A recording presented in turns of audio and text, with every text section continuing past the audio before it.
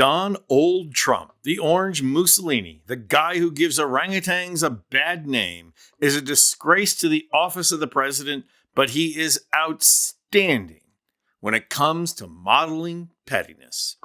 When it comes to acting petty, the thin-skinned art of the steel, commander-in-chief is simply unrivaled. In fact, one could say that Trump is our chief petty officer. Because there is petty, and then there is the kind of petty designed to intentionally harm others. And that is where Trump is a true master.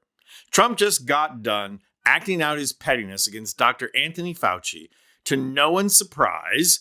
And what he did not only puts Fauci in danger, but is pretty much a green light to right-wing fanatics to harm him. I'm going to detail Trump's actions in just a moment. But first, why is Trump grinding an axe against Fauci to begin with? Well, that answer is the same answer to everything Trump does, because he has a tiny little ego and he's morbidly afraid that people will discover how incompetent he really is. And nowhere was Trump's absolute incompetence on display as with the COVID epidemic. Earlier in his administration, Trump had eliminated the CDC's International Rapid Response Team, a group of scientists who worked to track and contain virus outbreaks before they came to America. Someone with some kind of vested interest whispered in Trump's ear to axe the program, and he did. Not long after, a worldwide pandemic ensued. Great timing, Donnie boy. A pandemic that might have been contained if the CDC team had been in place. The press made a half-hearted attempt to bring that to light, and that was enough for Trump. He tried every single Trump tactic in the book to divert attention from that and his raging, incompetent response. He even politicized the epidemic in only about a dozen different ways, from blaming China to expanding an anti-vaccine platform to promoting unsafe alternative therapies. Remember this? With a tremendous, whether it's ultraviolet or just very powerful light. And I think you said that hasn't been checked, but you're going to test it.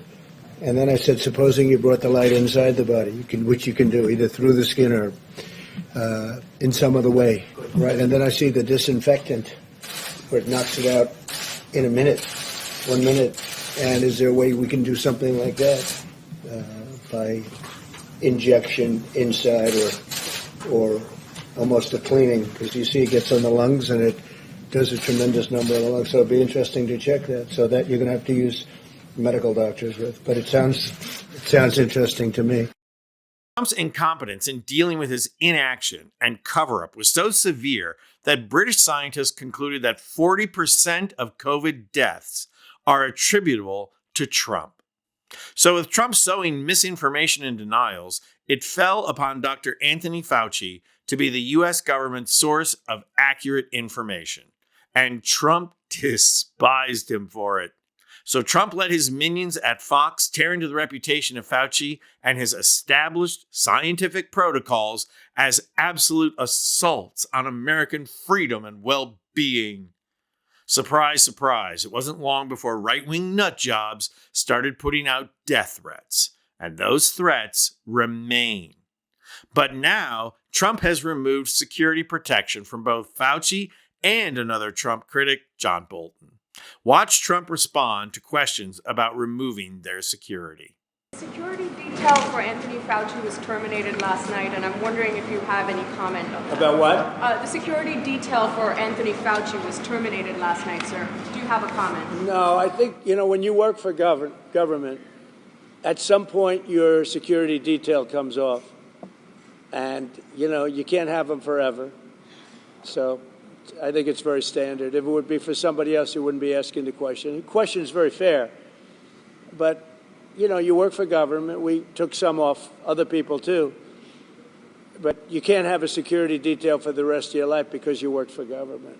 Ask for it to be taken off, sir? Yeah, we'll see what happens. Would you feel partially responsible if something were to happen to, say, Dr. Fauci No. or John Bolton? No. They all made a lot of money. They can hire their own security too. All the people you're talking about, they can go out. I can give them some good numbers of very good security people. They can hire their own security. They all made a lot of money. Fauci made a lot of money.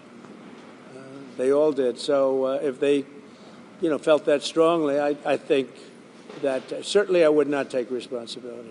Gee, what a surprise. Trump not taking responsibility. When has Trump ever taken responsibility for anything? So the absolute callousness here is stunning. Obviously, he is not heeding the call of Bishop Marianne Budde to show mercy. And not only is Trump being callous, but he's lying. Anthony Fauci did not make a lot of money, and no one but multimillionaires can afford that level of around-the-clock security. And of course, the other thing about Trump's mob boss tactics is that he is absolutely signaling to the crazies and the gun nuts in his following, of which there are many, that it's now open season on Fauci. So the government can afford to pay for Secret Service to stay in Trump's hotels, but it can't afford to protect the man who led the nation through the worst pandemic in history. But here is where governors need to step in and oppose Trump with real action.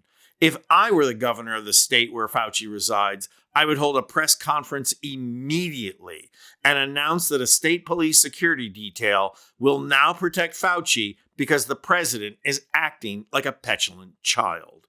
It is going to be fundamentally necessary for governors to oppose Trump and his vindictiveness with action, not just words.